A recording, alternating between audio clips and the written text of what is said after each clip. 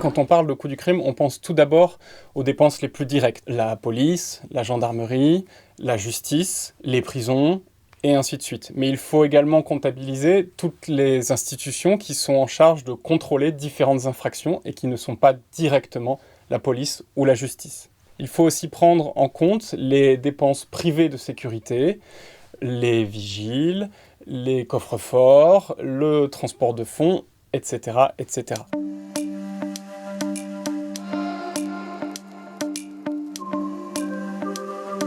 On peut également considérer les coûts plus indirects, notamment ceux supportés par les victimes. On peut ainsi évoquer les frais médicaux liés à une agression et les différents traumatismes psychologiques. On peut également parler de la perte des biens volés. Il est bien souvent nécessaire et difficile de trouver une contre-valeur monétaire pour l'ensemble de ces phénomènes intangibles.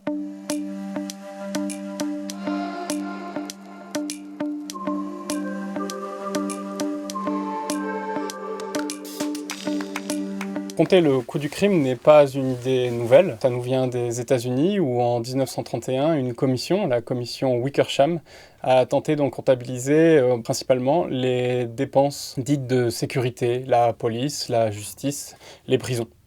Par la suite, notamment dans les années 1970, il a été fait plusieurs tentatives pour comptabiliser de manière plus générale le coût du crime et notamment ce qu'il représente pour les victimes et la société dans son ensemble. En France, c'est à partir des années 70, là aussi, que ces approches ont été introduites, notamment par Philippe Robert et Thierry Godefroy, au SEPC, l'ancêtre du CESDIP. Enfin, l'État prend également en charge différents programmes de prévention de la délinquance, que ce soit par le biais de la politique de la ville ou encore par le Fonds interministériel de prévention de la délinquance et de la radicalisation. Puis, il nous faut prendre en compte également les dépenses privées de sécurité. Dans ce domaine, les publications des professionnels du secteur sont des sources très utiles, mais l'information est parfois difficile à trouver, notamment pour ce qui concerne les dépenses de vidéoprotection en France. Pour l'estimation monétaire des délinquances, il faut adapter les méthodes aux différents types de criminalité, tout en sachant que les coûts ne sont bien souvent pas les mêmes